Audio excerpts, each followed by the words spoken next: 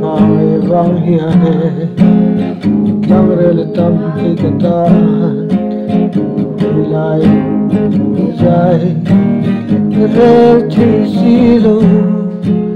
những kin hayang mo rồi lâu an kai mà sơ sulung kanange imagaya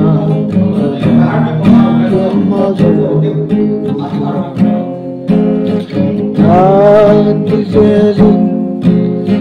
Kurzenange Sen Al-Katu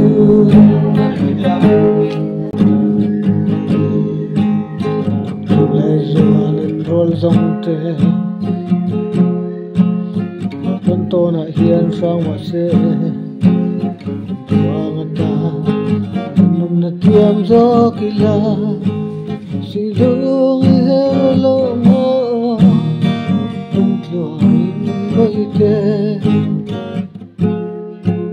Mase silung panake imangay na